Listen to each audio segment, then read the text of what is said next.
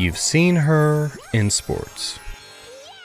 You've seen her emotional? You like that? Huh? You like that? Wah! You've seen her in Smash.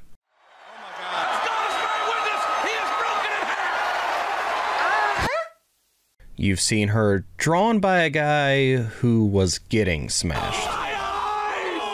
You've seen her as the damsel in distress.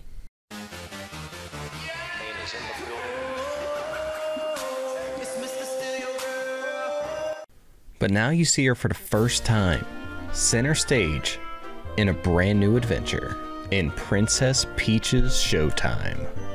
With there being so many great full-price Nintendo offerings, like The Legend of Zelda Tears of the Kingdom, Pokemon Scarlet and Violet, Mario Odyssey, Mario Kart, Super Mario Wonder, just to name a few, you gotta ask yourself the question.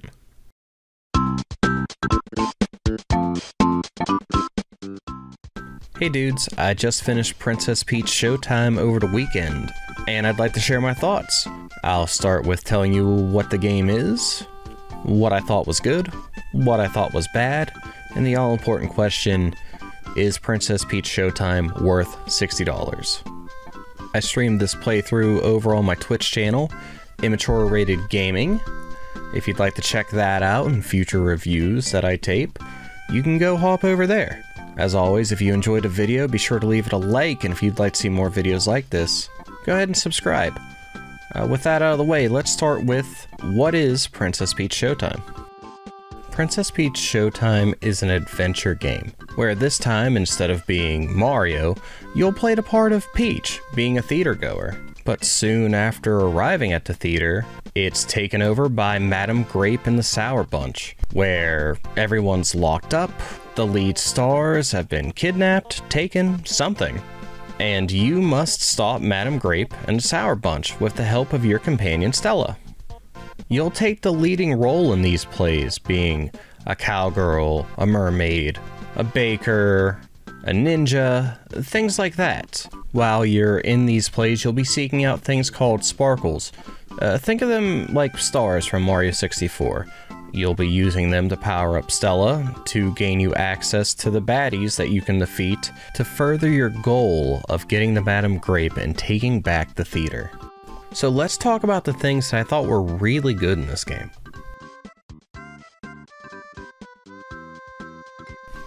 The first thing I should say about this game is that it's not another Mario game. And I know you're thinking, wait, that's a good thing? And it is a good thing. If it was going to be another Mario game, then it should just be called Super Mario, and we just had one of those released. This game should have its own unique identity, and it does. You're not just platforming or collecting or hack and slashing, you're kind of doing all of it. It depends on what the level calls for. It's really nothing like a traditional Mario game. You're doing all kinds of different things, making every level memorable in a different way. Another thing about the game is it's gorgeous. It's a really aesthetically pleasing game. I really like games that have colors that pop, and everything pops really well in this game. It's really fun. A lot of these levels end up understaying their welcome.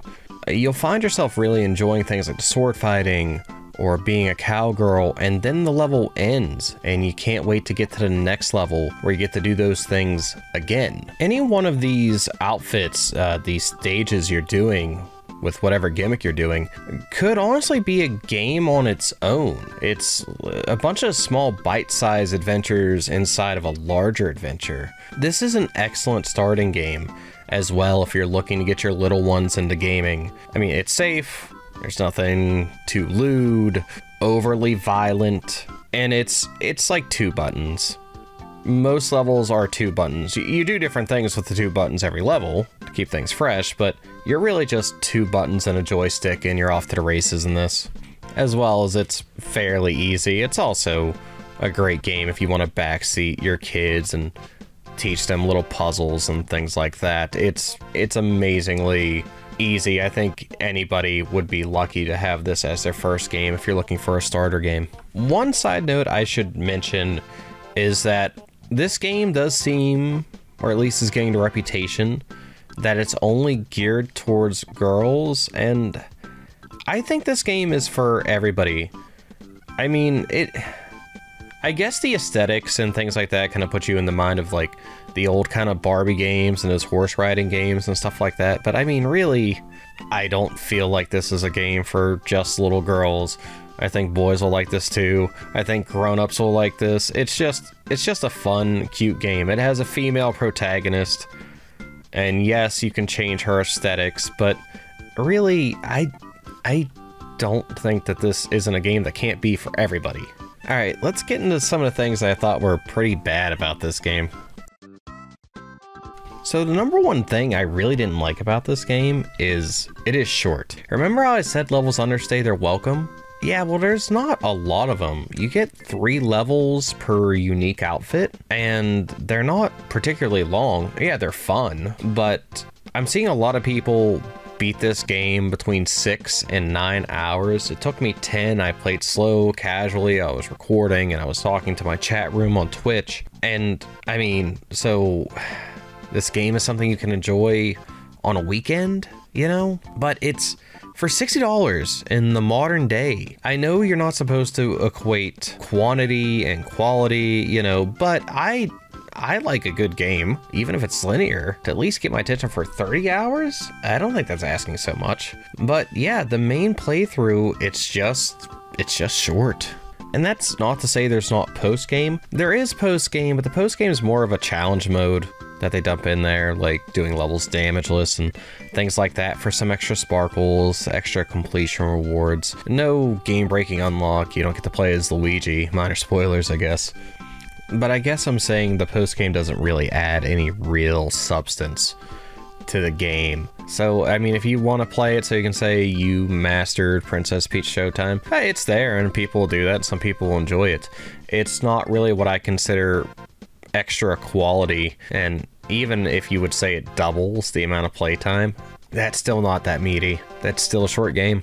Performance can be framey at times, which is a consequence of not having better hardware at this point. I think it's definitely time Nintendo releases a Switch 2 if a small game like Princess Peach Showtime even chugs here and there. Happens a lot in the loading screens as well. Not a big deal, I'd rather it there than in the gameplay, but surprising. Knowing nothing about making games, I'm not sure why the load screens are chugging. A trend that's been bothering me in some Nintendo games lately is the lack of voice acting. Now, there's little voice acting for Peach and the other ones here, they make noises and such. But there are lines of dialogue where you don't get to hit A once you're done reading it to progress, and it'll just go on its own. And I swear, some of these you have to be a speed reader for. Like, I don't know how you can expect a little kid to read these stories and catch the sentences while these cutscenes fly by. And yeah, maybe you can go back and watch the cutscenes or whatever, but man, does that really mess up the moment, huh? Like, oh, let me rewatch this because I didn't get to read everything. If you're gonna make the dialogue go on its own,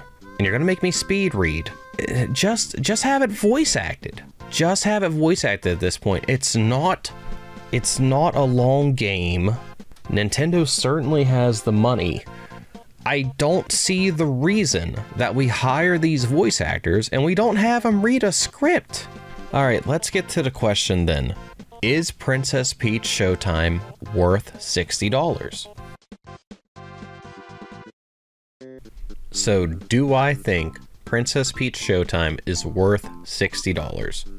Well, remember those games I mentioned at the beginning of the video? Well, there's a lot like them that offer so much value for at or around $60, and some of them are even on sale. If you haven't played some of the great gems on Nintendo Switch yet, I'd put those at the top of the list before I'd give Peach Showtime a play at full price. Now, if you're getting this as a gift for your kid, or you need something to stuff in that Easter basket and you think it'll be fun, a great starter game, I think it's a great gift for your kid. It's just expensive. I don't think the price point is good right now. It'll eventually be on sale, probably next Mario Day, maybe Black Friday, things that are down the road. But right now, I don't think there's enough game there to justify $60. For 30 bucks, 40 bucks, or whatever your country's equivalent is, yeah, it's great. It's a good time. but it's a short game for a lot of money. Nintendo has shown that they're gonna start making games $70 if they think they're big enough. So why should we pay $60 for a game that doesn't feel long enough? Let it go on sale if you're on the fence. If you really want to play it, hey, it's a great time. It'll make for a fun weekend for you. But I just don't think it's worth the $60. If you're gonna get it as a gift, absolutely. If you just have a lot of money and you've played all of Nintendo Switch's great offerings already, yeah, sure. But I just don't think it's worth it. So in conclusion, Princess Peach Showtime is a really fun game with a beautiful aesthetic. I think it's going to be a great starter game for kids starting their gaming journeys. I just wouldn't pick it up at full price if I wasn't making a review for it right now. But what do you guys think? Let me know in the comments down below. Are you going to pick up Princess Peach? Are you going to wait for it to go on sale? Do you have no interest? If you liked the video, leave it a like. And if you want more review style videos, subscribe. I'll be making more in the coming months. And please take the time to check out my Twitch stream. My entire playthrough of Peach Showtime is up there right now. And I'll be making tons more videos in the future and more playthroughs. Play a lot of Nintendo games and some variety, roguelites, stuff like that. If any of that piques your interest, I'd love if you guys came by. We have a super welcoming community. As of this recording, we're practicing Mario Galaxy Damageless 120 stars. I'm not really a speedrunner or anything, just a guy trying to do something cool and fun, so feel free to look at that too. Anyway, thanks for checking out the video, and I'll see you dudes next time.